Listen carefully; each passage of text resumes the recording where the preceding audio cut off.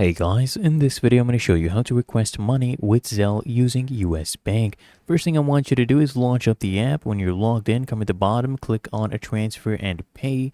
And then when you are sending money with Zelle, you click here on a request money. Then you choose a recipient. You can go ahead and add one right here by clicking on this.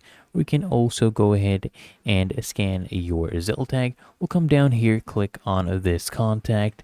And what I want you to do is go ahead and make sure they are enrolled. So we'll use their number, click on that, and then I want you to enter the amount you would like to request. So let's say it's $25. We'll click here on review. You can add a memo as well if you want, and the account you're depositing it to.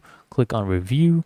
Once you're done reviewing the request, click here on a request again. As you can see, our request was sent and it will expire in 30 days. So that is how to request money with Zelle using US Bank.